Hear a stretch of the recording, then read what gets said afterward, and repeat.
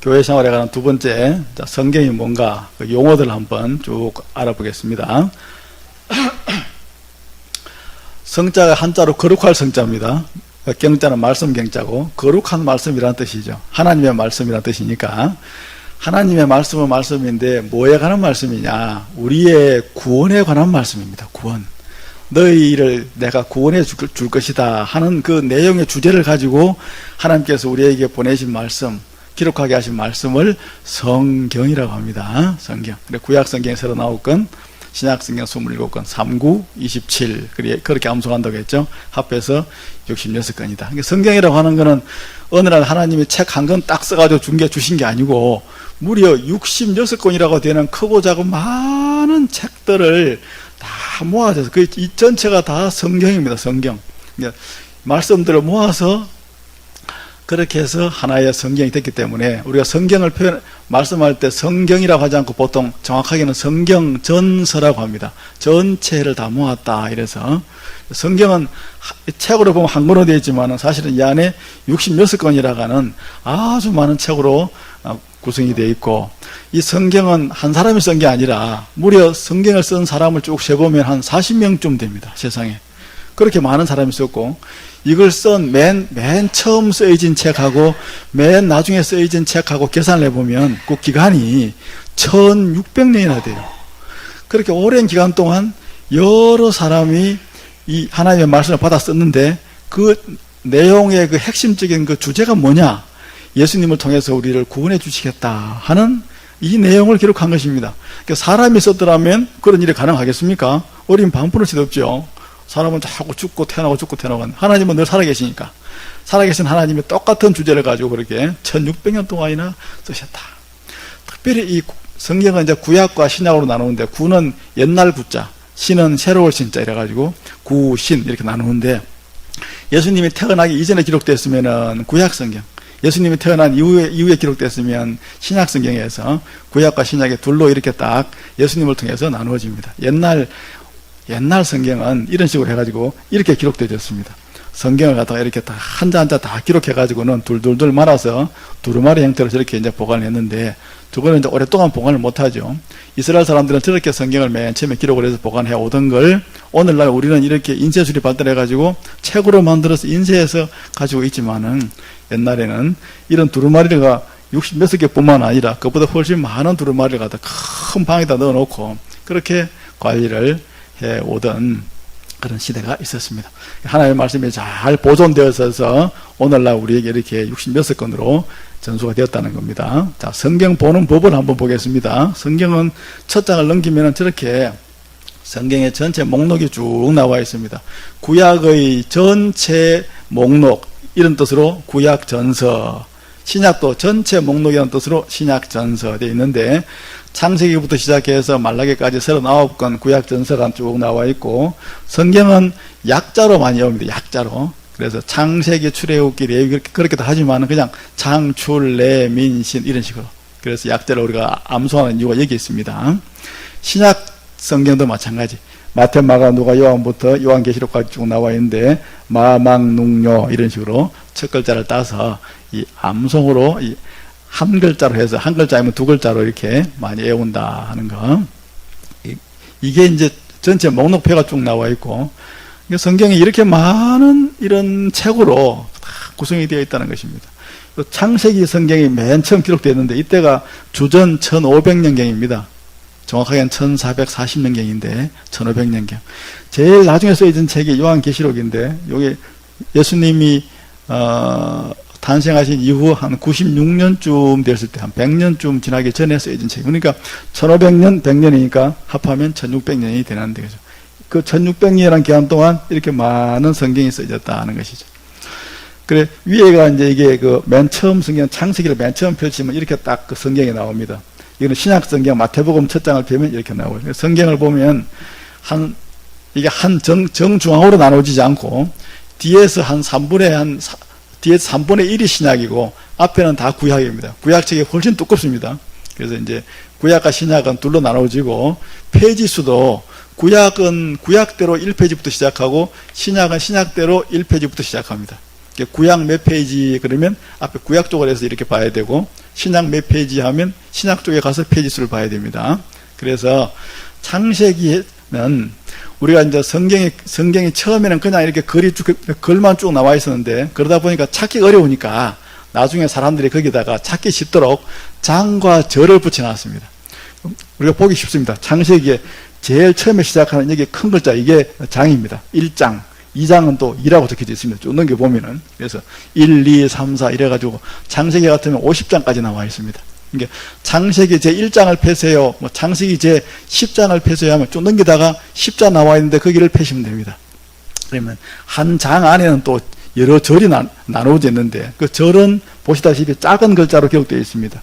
이건 1하고 겹치니까 안 썼고요. 2, 3, 4 쭉 해서 이렇게 12, 이건 절입니다. 요거는 장이고, 1장 2절. 자, 모두 성경 창세기 1장 12절을 보겠습니다 하면 이렇게 찾는 겁니다. 창세기를 찾고, 이 창세기가 이렇게 어디에 있는가를 갖다 우리가 암송을 하니까 암송을 해서 딱 찾아가지고, 구약이니까 구약이 찾고, 그 다음에 장을 찾고, 이 큰 숫자, 그 다음에 절을 찾는 것입니다. 작은 거, 이거. 이게 성경을 찾는 방법입니다. 그리고 이제 밑에는 신약 성경인데, 마태복음도 마찬가지입니다. 이 마태복음에 보면 이것도 마찬가지. 자, 신약 성경 마태복음 1장 22절을 찾겠습니다 하면 이리 가면 됩니다. 이게 큰 글자가 장이고 작은 글자가 절이니까요. 근데 성경에 보면 이렇게 빨갛게 돼가지고 이렇게 작은, 이렇게 뭐라고 이렇게 써놓은 게 있죠. 구약 성경에는 새파랗게 되어 있고, 요거는 지금 요것이 그 다음 번째 이런 식으로 나올 때까지는 이게 주제입니다 하는 그런 뜻입니다. 요 주제로 기록되었다는 뜻입니다. 자, 지금부터 천지 창조에 대한 내용으로 쭉 기록이 되어져 있습니다 하고 이렇게 이 성경 내용을 이해하기 쉽도록 해놓은 것입니다. 마태복음 1장 이 내용이 무슨 내용이냐? 예수 그리스도의 족보에 대한 내용입니다 하는 그런 뜻입니다. 그래서 주제를 쭉 기록해놨기 때문에 18절부터는 그러면 또 예수 그리스도의 태어나신 그 경위를 쭉 기록한다, 그런 뜻으로 이렇게 해놨습니다. 그러니까 이걸 보면, 성경을 보면 이 내용이 마태복음인가 그 어딘가를 알 수가 있고, 지금 내가 읽는 요 내용이 그 소주제는 또 무엇인가도 알 수 있도록, 그래서 성경을 읽을 때 빨리빨리 이해가 되도록 그렇게 이렇게 성경이 잘 편집이 되어 있습니다. 물론 맨 처음 아까 봤던 두루마리 성경에는 이런 표시가 전혀 없이 그냥 글자만 이렇게 쭉 기록되어 있습니다. 자, 그걸 이렇게 지금 우리가 찾기 쉽게 해놨다 하는 것입니다. 자, 구약은 구약대로, 신약은 신약인데 한 가운데가 정중앙이 구분이 아니라는 것입니다. 신약 성경 양이 훨씬 적기 때문에 신약 성경은 뒤쪽으로 3분의 1만 있고 앞에 제일 대부분 이 부분들은 다 구약 성경이다 하는 것, 이것을 여러분들이 잘 구분하시기 바랍니다. 그래서 성경을 이제 처음 이렇게 찾는 분들은 그게 좀 어려울 수 있습니다. 구약 성경은 조금 더 세부적으로 말하면 예수님이 구체적으로 이 땅에 태어나시는데 그냥 어느 날 그냥 뻥 태어날 수 없잖아요. 예수님이 태어날 수 있는 그 환경이 만들어져야 되는데, 그 환경이 뭐냐? 이스라엘이라고 하는 그 민족이 만들어져야 됩니다. 왜냐하면 예수님은 이스라엘 민족 가운데로 오시거든요. 이스라엘이라고 하는 그 민족을 하나님께서 어떤 과정을 거쳐서 만드시고 훈련시키셨는가 하는 이 과정이 기록되어진 부분이 구약입니다. 구약. 신약은 그 예수님이 이 땅에 오셔서 무슨 일을 하셨고 앞으로 어떤 일이 일어나는가, 이런 것들을 기록하는 부분이 신약 성경인데, 그 구약과 신약은 다 예수님을 기점으로 해서 둘로 다 이렇게 나누어지는데, 그러면 구약이나 신약이라고 하는 그 이 말의 뜻은 무엇이냐? 우리가 많이 듣는데, 구는 옛날 구자, 신은 새로울 신자, 약은 약속한다 할 때 그 약자입니다. 언약하다, 서로 약속한다는 뜻입니다. 오래된 약속이 구약이고 조금 더 새로운 약속이 신약입니다. 신약, 약속이라는 뜻입니다. 이 약속은 하나님의 약속을 의미합니다. 하나님이 구약, 옛날에 예수님이 오시기 전에 해주신 약속을 구약이라고 하고, 예수님이 오신 이후에 해주신 약속을 새로운 약속, 신약이라고 합니다. 하나님이 우리한테 무슨 약속을 했을까요? 하셨을까요? 하나님이 성경에 보면 약속하신 게 많이 있습니다만은, 우리가 구약, 신약 할 때 그 약속은 딱 한 가지입니다. 구약도 한 가지, 신약도 한 가지인데 구약이건 신약이건 그 약속의 내용은 똑같아요. 변한 것이 없습니다. 그 약속이 뭐냐? 나 하나님이 너희를 내 자녀 삼아주겠다. 너희를 나의 아들로 나의 딸로 삼아주겠다. 내가 너희의 아버지가 돼주겠다. 너희의 하나님이 돼주겠다. 이게 약속입니다. 약속. 내가 너희를 구원해서 너희를 내 자녀 삼아주마. 이게 하나님의 약속. 구약도 그 약속이고 신약도 그 약속인데 약간 차이가 있다면, 그러니까 내가 너희를 내 자녀로 삼아줄 테니 너희가 이런 것을 좀 해다오 하는 하나님의 그 당부사항이 뒤에 하나 이렇게 부과되어져 있는데, 그게 구약과 신약이 약간 틀려요. 구약은 뭐냐 하면, 구약에서는 그러니까 내 자녀 삼아줄 거니까, 내가 너희 하나님이 되어줄 거니까 나의 계명을 잘 지켜다오. 이게 구약입니다. 그래서 모세의 율법이라고 하는 하나님께서 그 계명을 주셨습니다. 신약은 그것도 물론 포함하고 있지만은 그것보다는 내가 너희를 자녀 삼아줄 거니까, 구약시대에 보니까 내 계명을 잘 지키라 했더니 계명을 너무너무 다들 못 지키더라. 계명을 지켜가지고는 안 돼. 계명을 너희가 너희 힘으로 지키려고 하니까 도저히 계명을 다 못 지켜서 계명을 지킬 수 있는 근본적인 내가 힘을 줘야 되겠다. 그래가지고는 내가 너희에게 구세주로 보내는 예수 그리스도를 너희가 구세주로 마음에 받아들이고 믿어라. 그러면 너희 영혼이 구원받을 뿐만 아니라 너희가 나의 계명을 지킬 수 있는 힘, 성령을 내가 보내서 너희가 내 계명을 잘 지킬 수 있도록 내가 해주마 하는 그런, 조금 내용이 복잡합니다만은 그 부과되어지는 내용은 딱 그 차이입니다. 내 자녀 삼아줄 것이니 나의 계명을 잘 지켜다오. 이게 구약입니다. 구약. 옛날 약속. 내 자녀 삼아줄 거니까 예수 그리스도를 너희 주로 믿어라. 이게 신약이고. 하나님의 약속은 한 가지입니다. 내가 너희를 내 자녀 삼아주겠다. 하늘에 계신 하나님이란 신이 이 땅에 있는 우리 미미한 우리 인간들을 향하여 그분의 자녀로 삼아주시겠다고, 세상에 그런 약속을 하나님이 그냥 해주신 겁니다. 사람들이 뭐 요청한 것이 아니라 하나님이 그냥 그렇게 해주셨어요. 그걸 약속이라고 합니다. 약속, 언약, 하나님의 약속.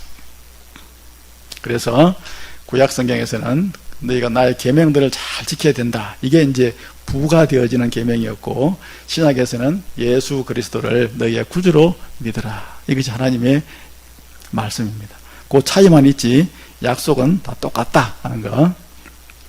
자, 그러면 이 찬송가가 뭐냐? 성경을 공부했으니까 찬송가는 성경책 뒤에 이렇게 같이 붙어서 보통 많이 나옵니다. 따로 나오기도 하지만, 찬송은 예배 때 부르는 공식적인 노래를 말합니다. 공식적인 노래. 이 비공식적인 노래들은 CCM 혹은 복음성가 이렇게 많이 부르죠. 예배 때 공식적으로 온 교회가 부르는 그런 찬양의 노래를 찬송가라고 합니다. 찬송가는 딱 그 곡명이 다 정해져 있고 645곡으로 이렇게 딱 한정되어 있습니다. 요 곡만을 예배 때 불러야 됩니다 하고, 이걸 딱 심사를 해가지고 모든 교단에서 공통적으로 이걸 딱 이렇게 편집을 해서 이렇게 책으로 만들었습니다.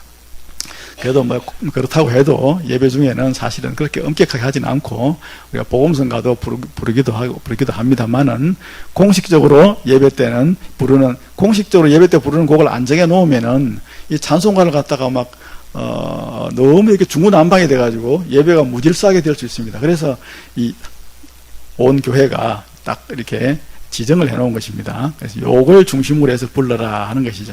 여기 보면 합동측, 통합측, 뭐 감리교측, 뭐 침례교측 모든 교단에서 요 찬송가를 가지고 부릅니다. 이것도 마찬가지. 이거는 큰 제목별로 다 분류가 되어져 있는데, 맨 첫 소절에 제일 앞에 나오는 이것이, 자, 이 찬송가, 나의 영원하신 기업이라는 찬송가는 435장입니다. 이게 찬송가의 장입니다. 장. 성경하고 비슷하죠. 그리고 요 찬송가의 제목은 항상 요게 1, 2, 3절이 1절, 2절, 3절이라는 뜻입니다. 그 1절의 첫 소절, 이게 그 찬송가의 제목입니다. 제목. 모든 찬송가는 그 1절 첫 소절 맨 처음 한마디, 요 마디가 그 찬송가의 제목으로 되어 있습니다. 그러니까 이것이 우리가 외우기 쉽죠. 옛날에는 안 그랬는데 지금 이렇게 다 이제 바꾸었습니다. 그래서 자, 나의 영원하신 기업이라는 찬송가를 보면 435장이고 이 찬송가는 1, 2, 3절로 되어져 있고, 이 찬송가를 보면 요 장 밑에 이렇게 영어로 이렇게 뭐라고 되어 있죠. 요거는 요 찬송가를 이 찬송가가 한글로 되어 있지만 사실 이건 옛날에 영어로 되어 있던 걸 우리말로 번역한 거거든요. 그래서 옛날 요 찬송가를 맨 처음 작사한 사람입니다. 그다음에 여기 오른쪽으로 와보면은 통일 490이라고 되어 있는 거는 우리가 지금 부르는 거는 새 찬송가라고 해가지고 요 통일 찬송가를 조금 개정한 거거든요. 옛날 찬송가로는 492장입니다. 그런 뜻인데 지금 새 찬송가가 이렇게 나왔지만은 이 새 찬송가를 사용하지 않고 옛날 찬송가를 쓰는 사람들도 있습니다. 그런 교회들이 있어서 이렇게 참고 표시를 해놓은 거고요. 그 밑에 보면 주와 동행 써놓은 것은 요 찬송가는 요 주제를 가지고 있다는 것인데 이게 왜 필요하냐 하면은 435장 또 그 다음 36장 37장 쭉 넘어갈 때 요 이어지는 일련의 몇 개의 노래들은 주와 동행이라고 하는 요 주제를 가지고 거기다 다 이렇게 모아놨다는 것입니다. 그래서 보면은 찬송가는 그냥 임의로 쭉 되어 있는 게 아니라 1장부터 645장까지를 그 주제별로 이렇게 몇 개씩 모아놨습니다. 그래서 혹은 뭐 10개 혹은 5개 이래가지고 쭉쭉쭉 해가지고 예를 들면은 예수님의 생애에 관한 것은 134장부터 138장까지, 그 다음에 종료주일에 관한 것은 139에서 142까지, 그 다음에 하나님의 나라에 대해서는 207에서 210까지, 헌신과 봉사는 211에서 218까지, 이런 식으로 쭉 비슷한 찬양들을 그 인근에 다 모아놨기 때문에 그 주제를 이런 식으로 기록을 해놨다 하는 겁니다. 그 다음에 그 밑에 나와 있는 영어 요거는 뭐냐면 요 찬송가를 맨 처음 영어로 기록할 때의 그 원곡의 제목입니다. Close to thee, 당신께로 가까이. 원곡은 이렇게 제목이 되어 있다는 것이고, 그 밑에 나와 있는 또 영어로 나와 있는 사람 이름, 이거는 작곡가를 말합니다. 원래 이 곡의 작곡가. 그걸 가지고 이제 지금 우리는 우리말로 번역을 해서 나의 영원하신 기업이다, 이렇게 이런 곡으로 쓰는 거죠. 이 곡을 작사했던 사람은 1800년대 사람이죠. 작곡했던 사람도 1800년대 사람이고, 지금 우리가 2000 19년이니까 지금 이때 우리보다 한 200년 전에 살던 사람들이 기록한 그때의 찬양들을 지금까지도 온 교회가 이렇게 부르고 있습니다. 이 곡이 그만큼 이런 곡들은 불러보면은 굉장히 영감이 느껴지고 아주 우리 마음에 감동을 주는 그런 곡이죠. 그래서 찬송가가 이렇게 되어져 있다 하는 거, 작사자, 작곡자. 오케이. 자, 예배 때 쓰는 교독문이라는 것이 있는데, 교독문도 성경 맨 뒤에 보면, 찬송가 뒤에 보면 이렇게 교독문이 나와 있습니다. 교독이라고 하는 것은 서로 번갈아 가면서 서로 이제 교차해서 읽는다 하는 그런 뜻입니다. 시편이나 혹은 또 특별히 발췌한 이런 성구들을 예배 때 이렇게 예배를 인도자하고 앉아 계시는 성도님들이 서로 교대로 이렇게 서로 교차해서 서로 낭송함으로 하나님의 은혜를 더욱더 묵상하는 그런 의미가 있는 그런 교독문. 이 교독문 예배 때만 사용을 주로 합니다. 부활절에는 부활절에 맞는 그런 이런 성구들에서 낭송을 하고, 또 일반 보통 예배 때는 또 그 예배 때 맞는 그런 교독문을 가지고 서로 낭송을 합니다. 앞에는 진행자가, 예배 인도자가 먼저 한 구절을 이야기하면 그 다음 구절은 여러분들이 하고, 그렇게 서로 번갈아 가면서 서로 그렇게 모두 137가지의 교독문이 우리 지금 다 이렇게 정해져 있습니다. 이것들은 다 예배 때 이런 것들을 사용한다 하는 것입니다. 아까 말씀드린 복음성가는 CCM이라고 하는데, 비공식적이지만 우리 성도들이 가장 많이 부르는 그런 일반적인 그런 찬양들입니다. 서로 신앙 고백적인 내용, 또 신앙 체험적인 그런 내용들이 많이 있고, 찬송가하고는 서로 구별됩니다. 이 복음성가는 여러분 수만 개가 있습니다. 계속 이게 복음성가는 이게 작곡이 되어서 나오기 때문에, 나 주님의 기쁨 되기 원하네, 우리가 많이 부르는 그런 찬송이잖아요. 이런 것은 복음성가라고 합니다. 그래서 사실은 엄격하게 하면 예배 때나 이런 곡들은 부르지 않습니다만은, 요즘은 뭐 이렇게 그런 뭐 경계가 많이 허물어지기는 했습니다. 하나님은 너를 지키시는 자, 이런 찬양도 다 복음성가입니다. 그 다음에 성가대 혹은 찬양대, 오늘은 우리가 무슨 일이 있어서 지금 현재 성가대를 오늘 하지 않습니다만은, 성가대는 예배 때 하나님을 찬송하는 사람들인데, 우리 모두가 사실은 하나님을 찬양해야 되는데, 우리 중에서 특별히 찬송의 은사가 있는 사람을 대표로 거기다가 뽑아가지고 그 사람들한테 당신들이 우리 대신 하나님을 좀 높이고 찬양을 좀 해줘라.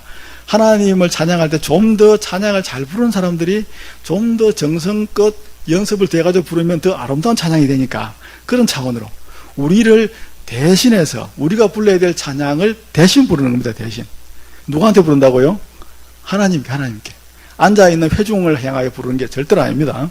그러니까 찬양은 그 사람들이 그냥 알아서 자기들끼리 부르는 게 아니라 우리가 불러야 될 그런 하나님에 대한 찬양인데 이 사람들이 대신해서 부르는 거니까 다 부르고 나면 아멘이라고 화답하면 됩니다. 우리가 그 찬양 가사와 곡조 내용을 다 그대로 우리는 지실 때 그대로 믿습니다. 우리가 대신 불러야 될 찬양이었습니다. 그런 의미로 아멘이라고 이렇게 하시면 됩니다. 그 어떤 분들은 보면 이렇게 그 찬양을 부를 때 그 찬양을 자기가 이렇게 찬양을 갖다 감상하라고 자기가 이렇게 막 그걸 갖다 이렇게 평가를 하고 하는 분들이 있어요. 그럼 절대로 안 됩니다. 찬양은 조금 뭔가 실수가 있더라도 그걸 갖다가 내가 실수한 거나 마찬가지입니다.